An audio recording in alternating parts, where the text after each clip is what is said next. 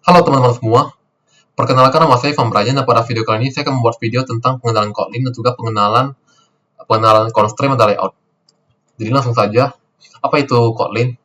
Kotlin itu merupakan sebuah bahasa pemrograman yang dikeluarkan oleh JetBrains yang mulai dikembangkan pada tahun 2011. Kotlin ini merupakan bahasa pemrograman yang mengaplikasikan metode static type yang berjalan pada virtual machine.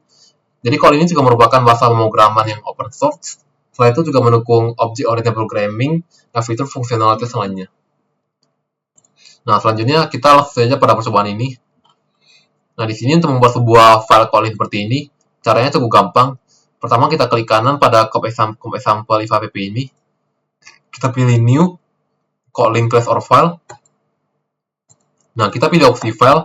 Sekarang kita bikin namanya test. Akan terbentuk sebuah file test kotlin.kotlin pada folder ini. Nah, package ini, di sini ada package yang berfungsi untuk mengindikasikan bahwa file test ini berada pada folder com.example.if.app. Selanjutnya, jika kita ingin menulis kode kita, caranya cukup gampang. Kita tinggal tulis fun. Fun itu artinya function. Lalu kita tulis main. Buka subkurung, terus buka kurung kurawal, kita klik enter. Nah, kita coba untuk print hello world. Nah, jadi fungsi print ini adalah berfungsi untuk menampilkan isi teks, kayak sebuah bisa string, bisa variabel ke konsol kita. Nah, seperti ini. Nah, akan tampil hello world pada konsol kita. Nah, mungkin selanjutnya kita akan bahas tentang tipe data. Nah, jadi tipe data di sini ada macam-macam. Yang pertama tuh saya akan jelaskan dulu yang var. Jadi var ini berfungsi untuk mendeklarasikan sebuah variabel. Contohnya di sini ada var angka sama dengan 15. Nah, jadi angka ini akan membuat sebuah nilai 15. Jadi ketika kita print tuh, maka akan misalnya gini. Kita masukin ke sebuah print line. Maka dia akan menampilkan sebuah, contohnya 15 plus 10 sama dengan 25. Kenapa angkanya bisa 25? Karena di sini kita menambahkan angka, sebuah variabel angka dengan 10. Maka hasilnya 25. Selanjutnya itu juga ada val. Jadi val ini juga sebuah untuk mendeklarasikan sebuah variabel. Namun perbedaannya dengan var itu adalah var itu dia bisa mengubah sebuah nilai dari variabel yang dia deklarasikan. Sedangkan kalau pada val itu dia nggak bisa.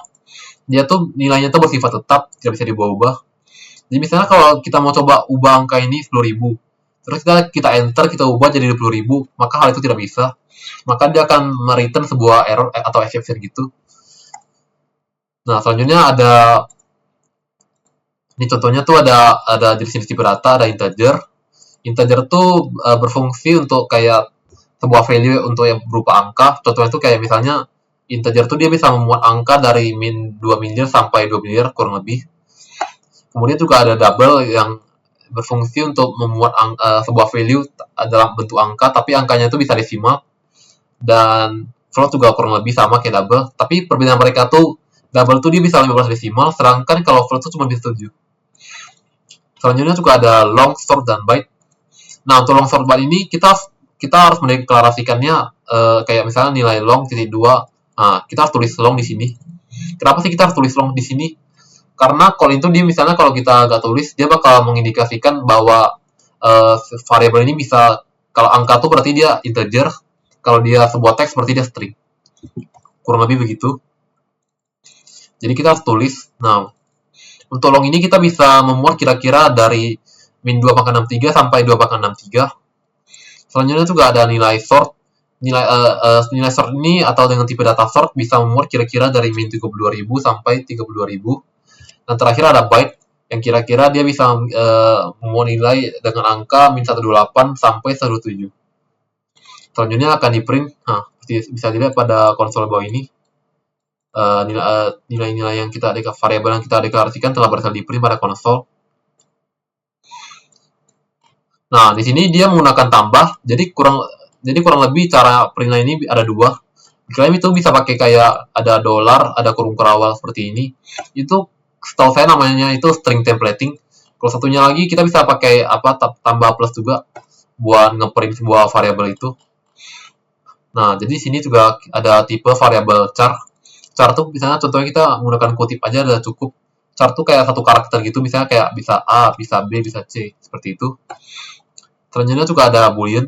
Boolean itu contohnya tuh kayak dia tuh sebuah tipe data yang nge-return cuma dua value doang, yaitu true or false.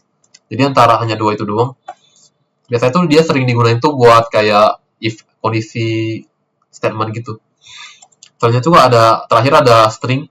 String tuh berfungsi untuk kayak menyimpan value dalam bentuk teks. Nah, seperti ini contohnya kira-kira. Jadi cara beda integer sama string tuh dia ada seperti ini. Ada bentuk kutipnya, kutip duanya. Jadi meskipun misalnya kalian tulis 18 pada string ini, dia bakal tetap dihitung sebagai string, bukan sebuah integer. Kenapa? Karena dia ada kutip duanya di sini.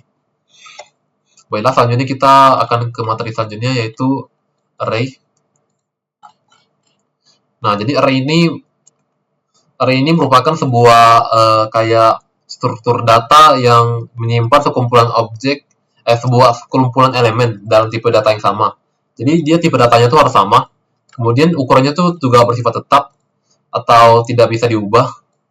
Nah, misalnya contohnya di sini dibuatkan sebuah array, ada sila bentar kita jalanin dulu.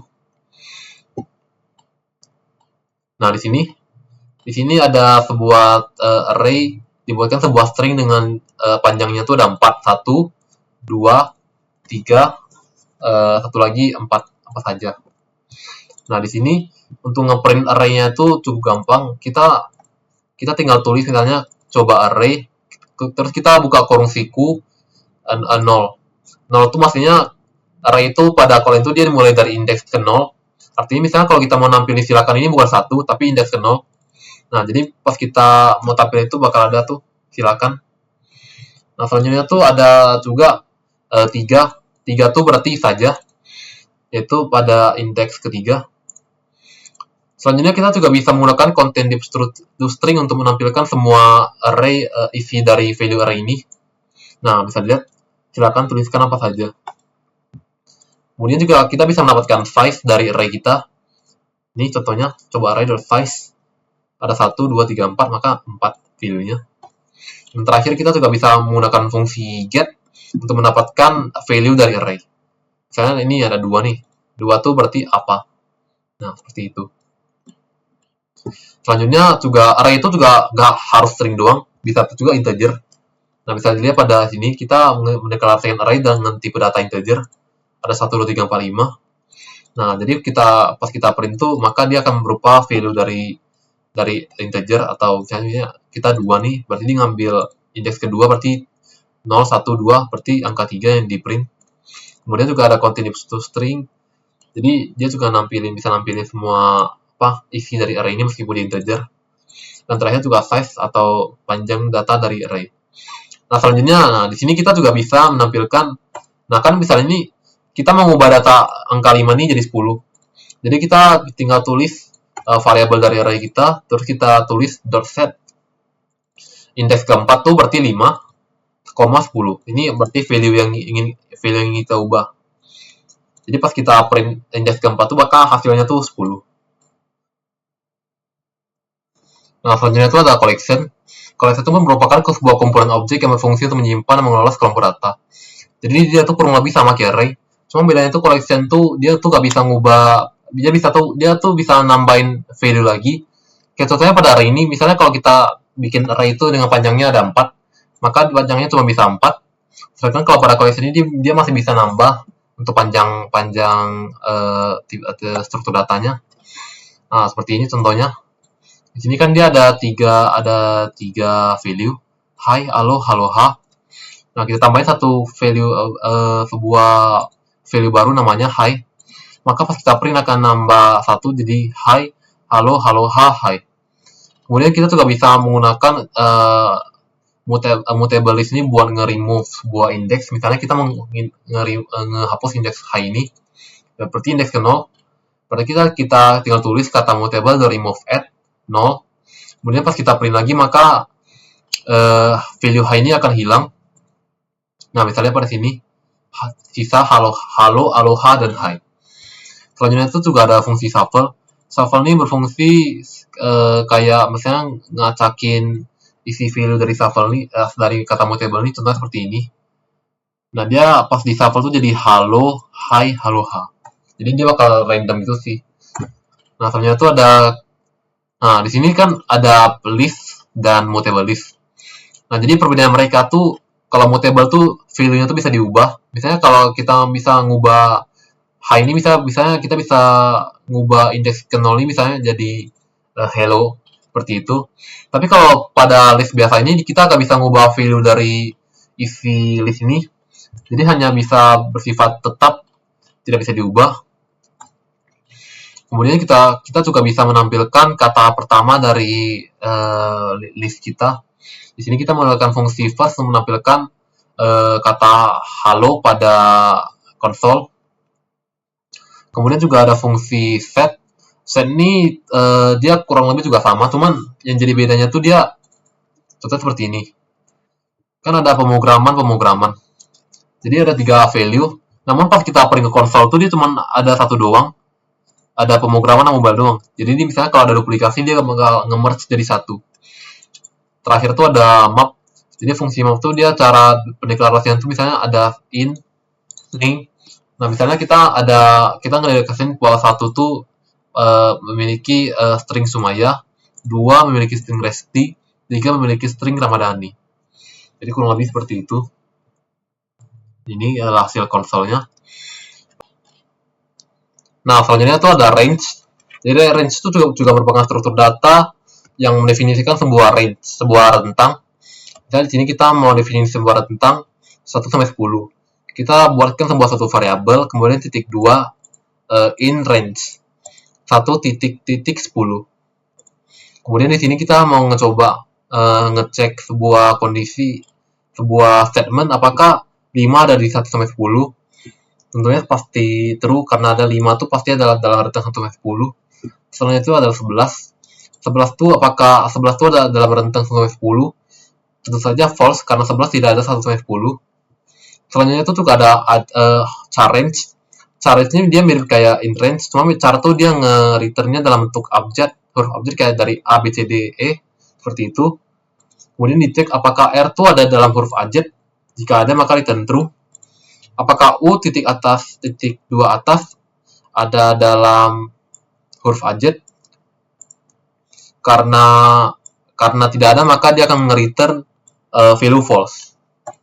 Selanjutnya itu juga ada perulangan. Di sini for tuh artinya kayak melakukan perulangan sebuah kode. Di sini kita ada perulangan 1 sampai 5. Jadi kita bisa buat kayak sebuah variabel, kemudian integer 1 sampai 5, lalu kita print. Bahkan dia akan menampilkan 1 sampai 5. Nah, di sini kenapa di sini printnya tuh gak ada ln-nya? Jadi bedanya print yang gak ada ln-nya tuh, printnya tuh dia gak bakal ngambil satu baris, sedangkan kalau yang ln tuh dia bakal ngambil satu baris. Itu bedanya. Selanjutnya tuh ada juga, kita juga bisa melakukan perulangan seperti ini. Misalnya ada val 1 sampai 5, in range 1 range to order 5. Kita simpan sebuah 1 sampai 5 di sini. Kemudian kita lakukan for untuk ngeprint x ini variabel baru, kemudian kita ngambil integernya dari 1 sampai 5. Jadi dia kurang lebih caranya sama seperti ini, cuma bedanya dia masukin range-nya itu dalam suatu variabel. Dan terakhir tuh juga ada in progression. Jadi bedanya in progression dan in yang tadi in range itu adalah kalau in range itu kan dia mewakili kayak rentangnya tuh sudah pasti kayak misalnya 1 sampai 5. Maka dia pasti 1 sampai 5. Sedangkan kalau kayak in progression itu dia urutan angkanya tuh kayak bisa kayak dari positif atau negatif. Kayak misalnya di sini kan kita dari 7 ke 2. Bisa dari 7 sampai 2. Kalau range itu kan tadi nggak bisa, dia hanya bisa dari plus doang. Seperti itu bedanya. Nah, di sini kita coba ngeprint sebuah perulangan dari 7 sampai 2 seperti ini outputnya 7, 6, 5, 4, 3, 2. Mungkin untuk for ini bakal saya jelasin lebih lanjut pada materi selanjutnya, tapi tunggu dulu, kita masuk ke if else dulu. Selanjutnya itu ada if else. If else itu merupakan sebuah struktur kontrol dalam pemrograman yang biasanya tuh dia fungsinya tuh kayak buat sebuah kondisi. Nah, contohnya itu seperti ini. Ada val angka sama dengan 50. Jadi, apakah if kita buat if apakah 50 habis dibagi 2? Itu persen itu artinya itu modulo atau misalnya habis dibagi. Apakah 50 habis dibagi 2? Tentu saja iya. Berarti dia bakal ngeprint sama rata. Contohnya seperti ini. Kita run dulu. Nah, di sini hasilnya itu adalah sama rata. Kemudian untuk aturan pendeklarasian if nih, misalnya kita buat if, maka kalau kita ingin kodenya tuh harus berada dalam if, seperti ini, kira-kira jaraknya tuh 4 space. Misalnya kalau dia kayak gini, dia bakal tetap menampil kayak gini, agak ke belakang sedikit, dia bakal tetap menampil. Selanjutnya ada juga misalnya kayak gini, kita tuh gak bisa buat kayak comparison gitu. Tadi itu sama dengan tuh artinya kita memastikan bahwa dia tuh 0 sama dengan 0. Kalau kita tuh gak bisa buat kayak comparison gitu, kayak perbandingan. Kayak misalnya kayak ada misalnya nilai 1 tuh 3, nilai 2 tuh 5,5. Nilai 1 kan 3. Apakah 3 lebih kecil dari 5,5? Jawabannya adalah true. Maka karena dia benar, maka dia akan masuk ke if. Namun kalau misalnya kita tuh gak bisa kayak sebuah exception atau pengecualian gitu, jika kalau dia misalnya dia lebih besar, maka dia bakal masuk ke blok ini, blok perintah ini yang akan dijalankan. Namun karena dia lebih kecil, maka blok ini akan dijalankan. Nih, sebagai contohnya, misalnya kita masukin 2. Jadi pas kita run lagi, dia bakal ngeprint yang ini. Seperti ini contohnya. Nah, bisa dilihat, coba cek lagi. Seperti itu kira-kira. Selanjutnya juga ada pernyataan. Sebuah variabel pernyataan. Di sini kita bisa buat sebuah 3 kondisi. Nah, misalnya ada if. Nah, di sini misalnya kalau kita mau nambah kondisi baru, kita juga bisa tambahin kayak else if. Else if, apakah dia sedih? Selanjutnya terakhir itu ada else yang tidak memenuhi 2 if ini, kondisi ini. Jadi misalnya kan sini ada marah, maka dia pasti apakah dia marah? Karena dia tidak sama, maka dia akan lanjut lagi ke else if. Apakah dia sedih? Namun karena pernyataannya marah, maka dia gak akan masuk ke else if ini. Habis itu dia akan masuk ke bagian else ini karena tidak ada value yang sama dengan kondisi yang diberikan. Nah, seperti ini contohnya. Saya minta maaf. Nah, terakhir tuh ada atau yang kita kenal sebagai kondisi persarangan. Nah, jadi di sini ada nilai 10. Misalnya kita buat sebuah if. Nah, jadi kalau pas kita buat if itu kita masih bisa buat sebuah if lagi dalam sebuah if. Jadi misalnya gini, misalnya kita buat sebuah if, apakah nilai lebih kecil dari 0? Karena 10 itu lebih kecil dari 0, maka dia gak bakal jalankan. Maka dia bakal masuk ke else. Jadi pas dia masuk ke else tuh, dia bakal masuk lagi ke dicek lagi sebuah kondisinya. Apakah 10 lebih habis dibagi 2? Karena 10 itu habis dibagi 2, maka dia akan ngeprint bilangan genap. Melainkan sebaliknya, jika kita bikin 11, kita print, maka dia akan masuk ke bagian else. Jadi kurang lebih seperti itu untuk if else. Selanjutnya itu adalah when. Nah, jadi when ini kurang lebih, kalau jika kalian tahu switch case, dia kurang lebih itu mirip. When itu dia merupakan kayak struktur kontrol juga. Nah, jadi misalnya, nih ada huruf E nih. Jadi kita bakal ngecek apakah dia huruf A, enggak, dia bakal jatuh ke bagian E. Apakah dia huruf E, ternyata dia adalah huruf E, maka dia akan ngeprint E sama dengan huruf vokal. Seperti ini contohnya. Nah, bisa dilihat E sama dengan huruf vokal. Selanjutnya tuh, misalnya kalau misalnya kita bikin B, dia tuh bakal jatuh ke else, dia bakal jalani semua perintah ini. Kalau lebih seperti ini. Ini huruf konsonan. Selanjutnya tuh ada apa juga? Kita juga bisa buat kondisi when itu seperti ini, pakai koma. Itu kan dia tadi itu kan pakai enter. Jadi sekarang juga bisa pakai koma untuk integer, misalnya seperti ini, 2,4, 8, 10. Namun karena angkanya nih 11, yang dicek tuh 11, maka 11 ini dia bakal jatuh ke blok else, yaitu angka ganjil. Nah, selanjutnya itu ada juga fungsi when, tapi ada penggunaan range di dalamnya. Misalnya kita mau ngecek angka 88. Nah, jadi kita bakal dicek apakah 88 ada di dalam range antara 1 9 Karena enggak, dia gak bakal jalanin fungsi ini. Habis itu, apakah 88 ada di antara 10 sampai 99? Nah, karena dia ada di antara 10 sampai 99, maka dia bakal menjalankan blok perintah ini seperti ini. 88 berada di antara angka 10 sampai 99.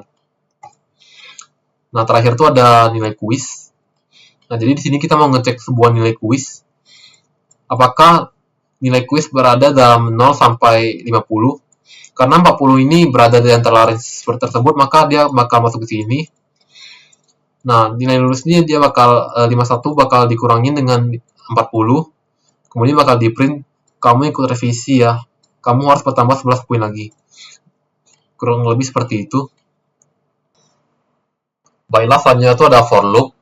Jadi for loop ini kira-kira tuh, for loop itu merupakan sebuah struktur kontrol yang berfungsi untuk melakukan perulangan suatu perintah. Jadi situasi itu seperti ini. Kan di sini ada nilai, deklarasi nilai, kemudian ada sebuah deklarasi range dalam 15 sampai 25. Jadi fungsi for ini dia bakal ngeprint nilai ini sebanyak kira-kira 10 kali. Karena 10 kali itu 25 dikurang 15. Jadi kita coba run aja biar lebih jelas. Nah, kira-kira seperti ini. Ada 15 sampai 25 bakal di print. Jadi dia bakal mengulang menjalankan perintah ini kira-kira sebanyak 10 kali.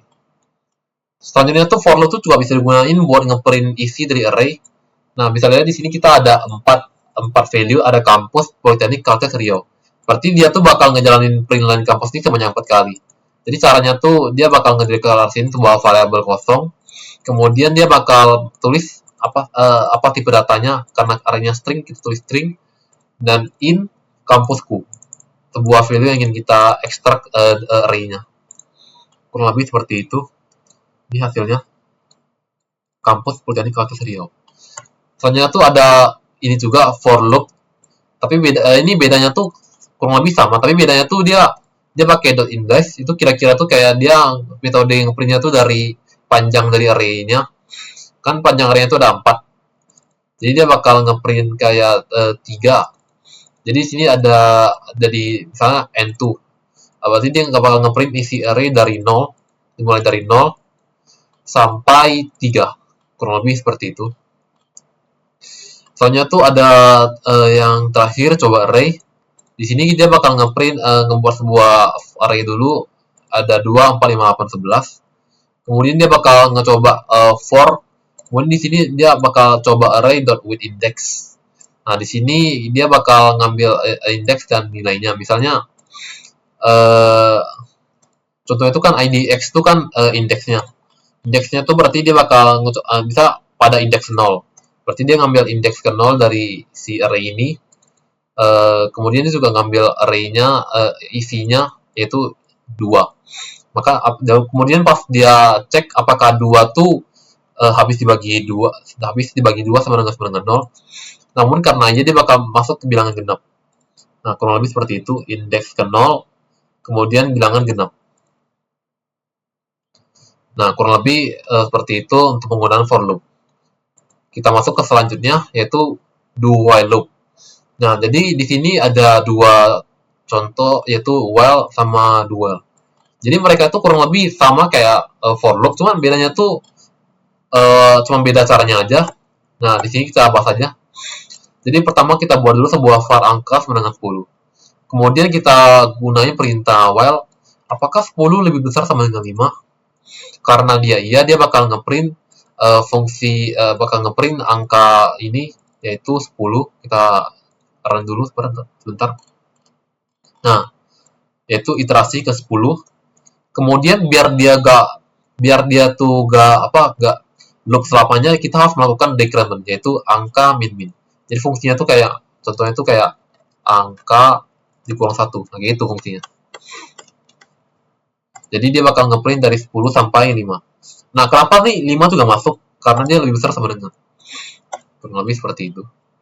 Terakhir tuh ada do while. Nah, do while nih dia beda dengan while tuh, dia bakal ngejalanin dulu baru dia memeriksa si while ini. Jadi apakah nilai itu dia masih lebih kecil sama dengan 50? Jadi karena dia masih lebih kecil sama dengan 50, maka do ini bakal dijalanin lagi. Nah, seperti ini kurang lebih outputnya. dia bakal ngeprint 10, 20, 30, 40, 50, dan sampai 60 juga tak di print karena dia 50 masih masuk ke dalam ruangan ini, kondisi ini. Baiklah, selanjutnya tuh ada continue. Jadi continue tuh merupakan sebuah kayak fungsinya tuh buat melewatkan sebuah eksekusi kode. Tapi dia tuh biasa diletakkan dalam for loop. Jadi biar lebih jelas kita jalanin dulu sebentar. Nah, seperti ini. Jadi saya akan jelaskan. Jadi dibuatin sebuah for, kemudian ada n sebagai angka kosong dalam range. Apakah 20 dimulai dari 20? Apakah 20 habis dibagi 2? Karena dia tidak sama dengan 0, maka dia bakal ngeprint 20. Terus dicek lagi apakah 21 habis dibagi 2. Nah, karena dia 1 tidak sama dengan 0, 21 habis dibagi 2 itu sama 1 tidak sama dengan 0, maka dia bakal lakuin continue, yang artinya print line ini dia tuh gak bakal dijalanin karena ada fungsi continue ini buat nge-break loop, tapi dia tetap bakal jalanin for loop ini sampai 30. Nah, selanjutnya ada juga dibuatkan sebuah for dalam 5 sampai range 10. Kemudian dia ngeprint sebelum continue itu dia 5, 6. Nah, di sini dia ada 6 tuh dia cuma ngeprint sekali. Kenapa? Karena dia pas masuk ke sini dia bakal ngehentiin for loop ini, dan print line ini dia gak bakal jalanin. Sesudahnya gak bakal jalanin. Oh ya, ini tanda 2 seperti siku tegak ini artinya tuh dia tuh atau artinya misalnya angka 6 atau 8 tuh dia bakal lakuin continue. Kurang lebih seperti itu. Dan terakhir tuh ada for char. Di sini dia bedanya tuh adalah karakter. Jadi misalnya tuh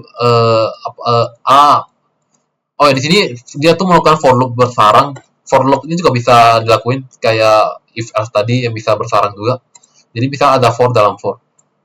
Jadi kurang lebih dia bakal ngecek A1. Misalnya kalau A1 dia bakal ngeprint A1 karena A2, misalnya A2 kan 2 di sini masuk ke if nih. Berarti dia bakal ngelakuin continue yang artinya ini gak bakal jalanin. Kurang lebih seperti itu. Seperti ini outputnya ada A1, A3, A5. Berarti angka yang dengan ABC ini bakal tetap jalan, ABCD. Tapi kalau dia punya angka 2 sama 4, dia tuh gak bakal dijalanin. Kurang lebih seperti itu ya. Untuk break, untuk continue. Nah, selanjutnya tuh kita bakal ke break. Untuk break ini, dia tuh perbedaan dengan continue tuh, break tuh dia kalau dia tuh menghentikan loop tuh dia bakal menghentikan sepenuhnya. Jadi situasi itu seperti ini. Nah, misalnya gini, kan dibuatin sebuah for ada n dalam rentang 1 sampai 10. Jadi dia bakal ngeprint line sebelum break ada nilai n. Di sini ada 1, 2, 3, 4. Nah, pas sampai ke 5 ini dia tuh bakal ngeprint, habis itu dia masuk sini. Apakah 5 sama dengan 5? Namun karena 5 sama dengan 5, maka dia bakal ngeprint line proses lu berhenti karena break. Nah, jadi perbedaan itu dengan continue itu misalnya kalau kita taruh di sini continue, dia tuh bakal tetap jalanin angka 6 sampai 10. Tapi kalau kita taruh di break, maka for loop-nya tuh akan berhenti saat itu juga.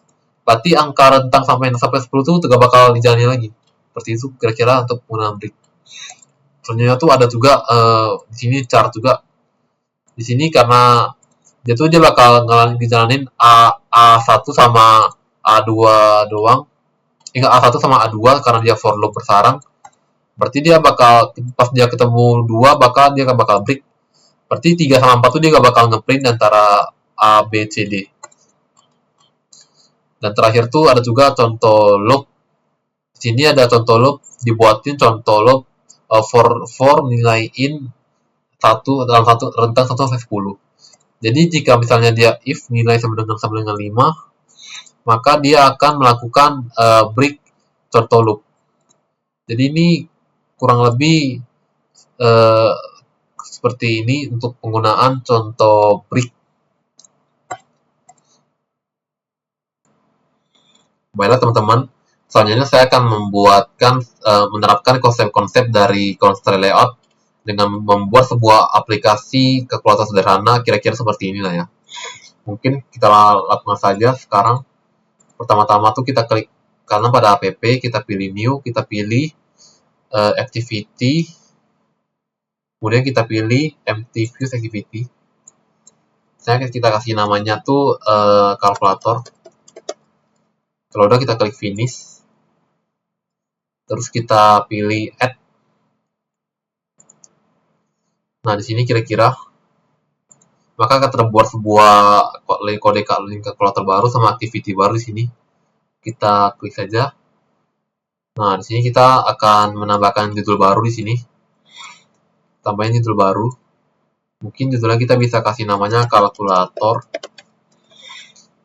Kemudian kalau kita kasih constraint-nya, ini constraint-nya ini berfungsi untuk memberikan fleksibilitas pada komponen. Jadi kira-kira sebenarnya seperti ini. Nah ini kan kalau kita kasih dua gini dia bakal jadi ke tengah. Terus sama kita kasih juga ke atas, maka dia akan agar dia agak ke atas pas di tampilan output-nya. Nah kira-kira seperti ini.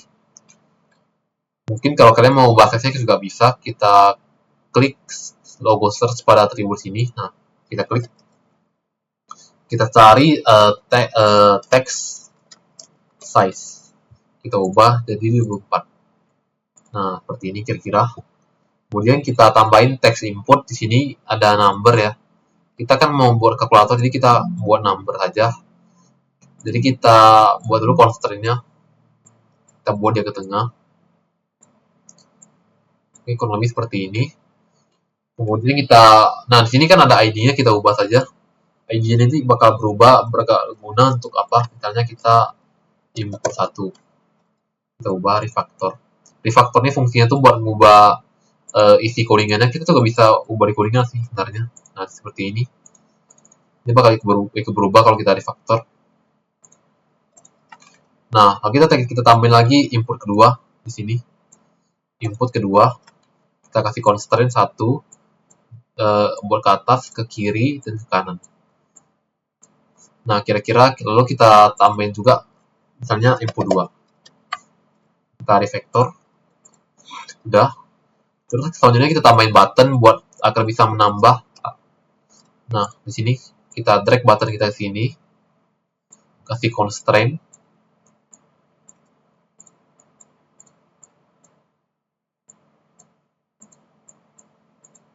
Nah, maaf, di sini.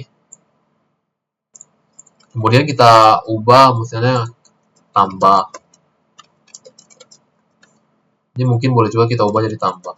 Kita refactor. Dan terakhir kita drag text view ini fungsinya buat nampilin hasil. Nah, kita drag ke sini.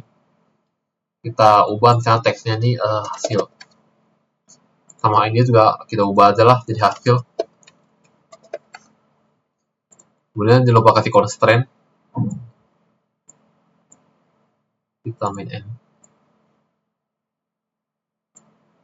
Nah, kurang lebih seperti ini ya.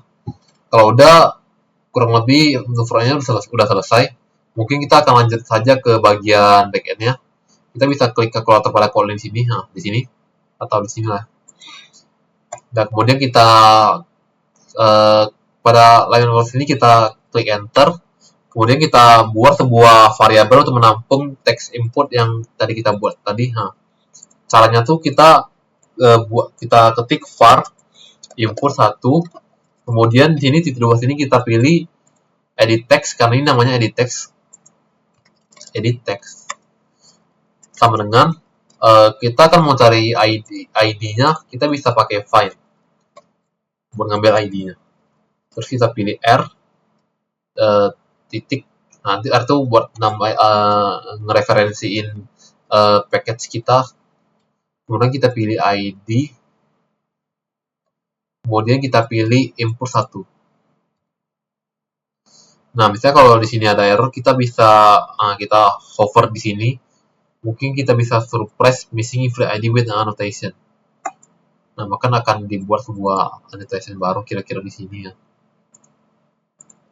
Selanjutnya kita buat lagi input 2. Yang buat input kedua.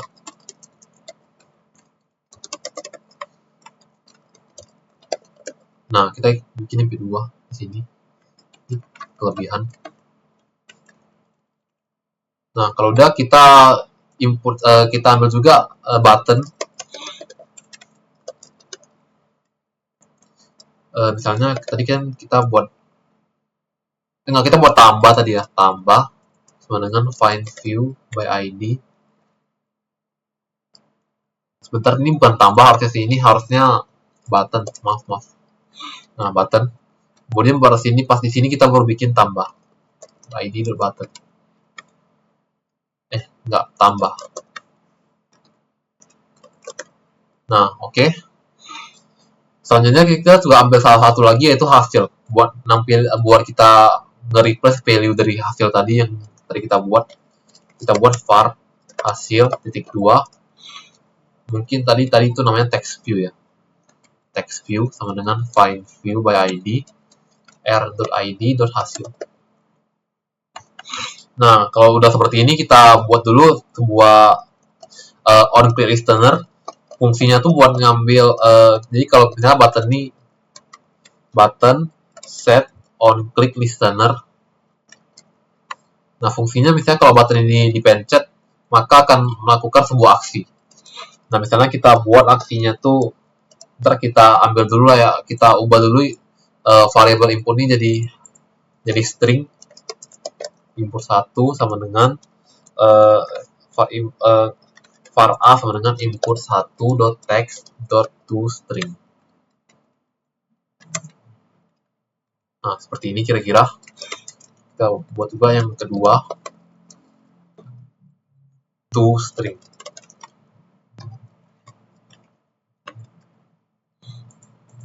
Nah, kalau udah kita buat sebuah variabel baru namanya c buat menjumlahkan variabel a dan b ini. Nah, tapi karena kita ubah ke string, kita harus ubah ke int terlebih dahulu. Contohnya seperti ini, a to int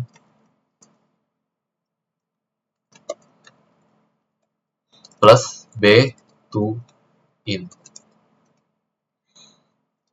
Nah, kalau udah, kita kan mau nampilin hasilnya ini.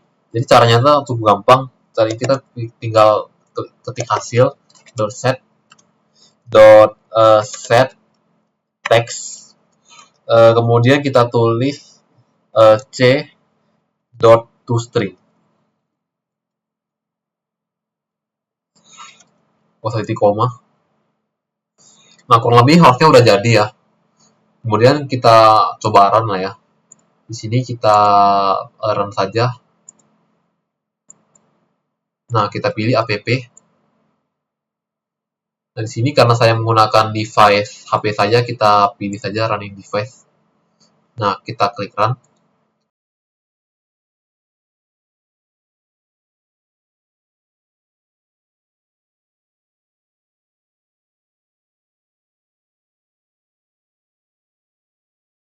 Baiklah teman-teman, tadi di sini ada sedikit kesalahan ya.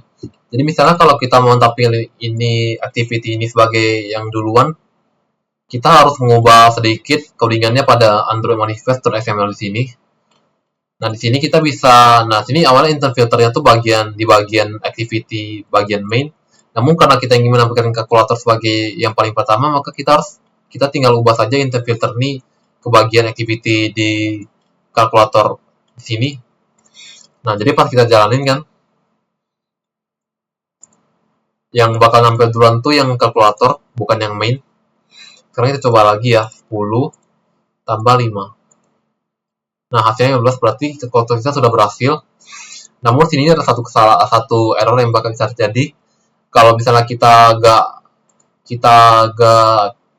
input apapun, kita bisa jadi force close. Nah, seperti ini. Jadi di sini kita akan memperbaikinya ya.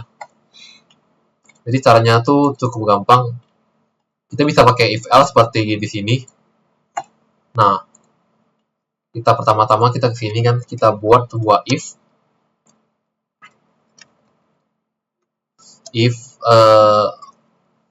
input 1.text.toString is empty,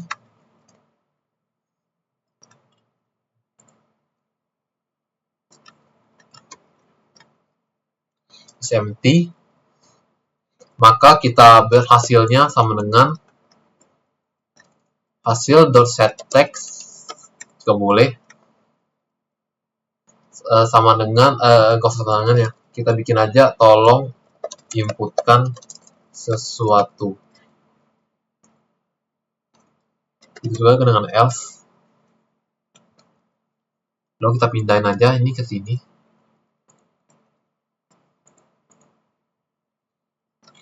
Oh ya, untuk info 2 juga harus diberikan kondisi ya. Caranya tuh kita bisa pakai ini, dua siku tegak, kemudian kita body jadi 2.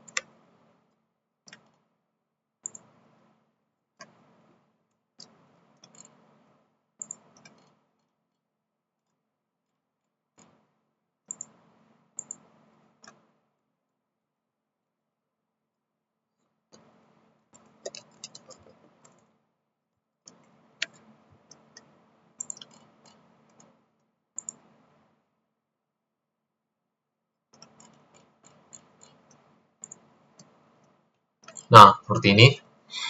Kita coba jalanin lagi ya. Kita tekan tombol play.